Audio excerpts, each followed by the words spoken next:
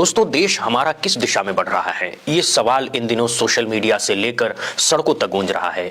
देश हमारा कहां जा रहा है, कहो नरेंद्र मजा आ रहा है जैसी पंक्तियां अब सिर्फ शब्द नहीं रही, बल्कि एक भावना, एक बेचैनी और एक सवाल बन चुकी है। यही वजह है कि ये पंक्तियां सोशल मीडिया पर तेजी से वायरल हो रही हैं और हर विचारधारा के मंच पर चर्चा का विषय बनी हुई हैं। बताया जा रहा है कि ये गीत युवा कलाकार जिंजी द्वारा गाया गया है, जिसने विरोध दर्ज कराने के लिए पारंपरिक तरीकों से हटकर एक रचनात्मक और एक व्यंग्यात्मक रास्ता चुना है। ये गीत नारेबाजी या भाषण नहीं है, बल्कि एक ऐसा सांस्कृतिक प्रतिरोध है जिसमें तंज, कटाक्ष और सच्चाई को संगीत के माध्यम से सामने रखा गया है। इस रचना की खास बात यह है कि इसमें किसी एक घटना या व्यक्ति पर सीधा हमला नहीं किया गया है, बल्कि देश की मौजूदा सामाजिक, आर्थिक और सांस्कृतिक परिस्थितियों को प्रतीकों और उदाहरणों के जरिए प्रस्तुत किया गया है। गीत के बोलों में शहरों के नाम बदलने से लेकर उनकी आत्मा बदलने तक की बात कही गई है। इलाहाबाद का प्रयागराज बन जाना सिर्फ नाम बदलने की प्रक्रिया नहीं बताया गया है, बल्कि इसे पहचान और इतिहास से जोड़कर देखा गया है। इसी तरह बनारस का उल्लेख करते हुए कहा गया है कि वो शहर जिसे कभी ज्ञान, दर्शन और संस्कृति की नगरी कहा जाता था, अब किस तरह बदलते हुए स्वरूप में नजर आ रहा है। गंगा घाट, मंदिर और गलियों के बीच अब विकास और प्रचार का शोर किस तरह हावी हो गया है, इस पर भी व्यंग किया गया है। गीत में किसानों की स्थिति को भी प्रमुखता से उठाया गया है। खेतों के बिकने, जमीन के छीनने और किसान के मजदूर बनते जाने की पीड़ा को सीधे शब्दों में नहीं, बल्कि प्रतीकों के माध्यम से रखा गया है। यह दिखाने की कोशिश की गई है कि अन्नदाता किस तरह व्यवस्था के हाशिए पर धकेला जा रहा है। आर्थिक हालात को लेकर भी गीत में तीखे सवाल उठाए गए हैं। रुपए की गिरती कीमत, डॉलर के मुकाबले उनकी कमजोरी और महंगाई की मार, इन सभी मुद्दों को आम आदमी के नजरिए से पेश किया गया है। गीत ये पूछता है कि विकास के दावों के बीच आम जनता की थाली क्यों छोटी होती जा रही है।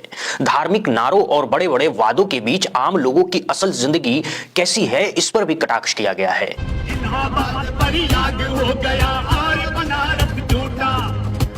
राम का खेत दिख गया, तार बजाना लोटा, टूटी चप्पल पहन के मनसुख,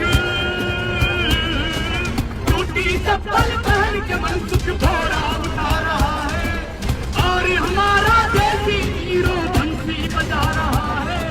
देश हमारा कहाँ जा रहा, कहो नरेंद्र मजा। मंदिर, मस्जिद, नारे और जुलूसों के बीच रोजगार, शिक्षा और स्वास्थ्य जैसे मुद्दे कहां खड़े हैं, ये सवाल गीत के हर अंतरों में झलकता है। सोशल मीडिया पर किए जा रहे दावों के अनुसार ये प्रस्तुति प्रधानमंत्री नरेंद्र मोदी के संसदीय क्षेत्र वाराणसी में आयोजित एक पुस्तक मेले के दौरान सामने आई। इस मेले में बड़ी संख्या में छात्र, युवा, लेखक और स्थानीय लोग मौजूद थे।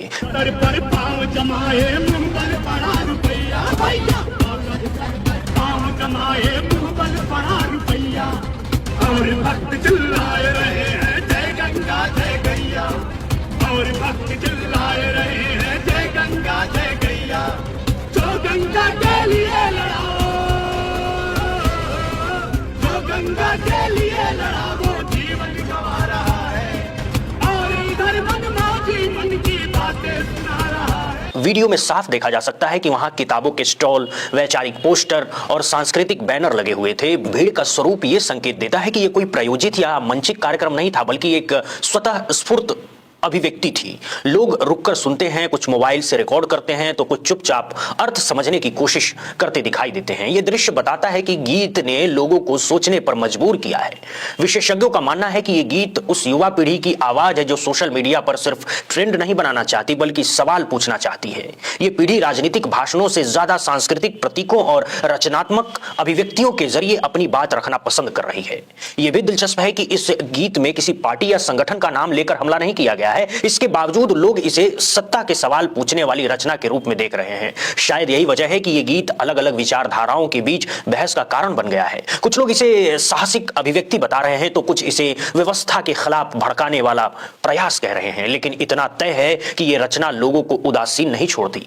ये या तो सहमति पैदा करती है या असहमति, लेकिन चुप्पी नहीं। सांस्कृतिक इतिहास पर नजर डाले तो भारत में गीत, कविता और नाटक हमेशा से विरोध और प्रश्न करने का माध्यम रहे हैं। चाहे वो कबीर हो, हो, दुष्यंत कुमार हो या जनगीतों की परंपरा, हर दौर में कलाकारों ने सत्ता से सवाल पूछे हैं। जिंजी का ये गीत भी उसी परंपरा की आधुनिक कड़ी माना जा रहा है। सोशल मीडिया प्लेटफॉर्म पर इस वीडियो को लाखों बार देखा और साझा किया जा चुका है। कमेंट सेक्शन में लोग अपने अपने अनुभव और गुस्से को व्यक्त कर रहे हैं। कोई बेरोजगारी की बात कर रहा है, तो कोई महंगाई की, तो कोई शिक्षा और भविष्य की चिंता जता रहा है। कुल मिलाकर यह कहा जा सकता है कि यह गीत सिर्फ एक वायरल वीडियो नहीं है, बल्कि मौजूदा समय का दस्तावेज बनता जा रहा है।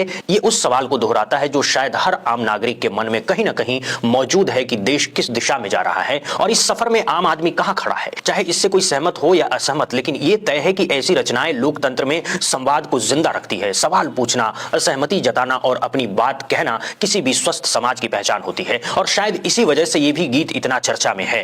इस बीच इस वायरल वीडियो को लेकर राजनीतिक प्रतिक्रियाएं भी सामने आ गई हैं। छत्तीसगढ़ के पूर्व मुख्यमंत्री और कांग्रेस के वरिष्ठ नेता भूपेश बघेल ने भी इस वीडियो को लेकर सोशल मीडिया अकाउंट पर साझा किया है। उन्होंने पोस्ट करते हुए लिखा है, देश हमारा कहां जा रहा है। साथ ही उन्होंने गाने के बोलों को आशु मिश्र की रचना बताया है। भूपेश बघेल की इस पोस्ट के बाद यह वीडियो और ज्यादा चर्चा में आ गया है और राजनीतिक गलियारों से लेकर सोशल मीडिया तक बहस तेज हो गई है।